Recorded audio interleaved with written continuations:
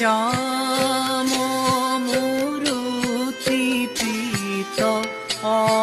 অম্বরুলাখা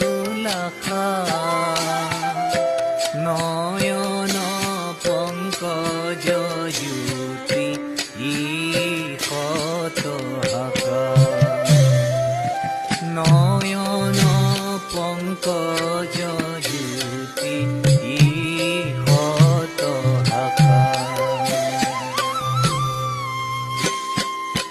আওত গোবিন্দ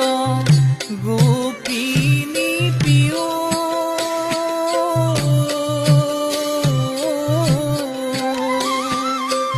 সঙ্গে চলল গোপী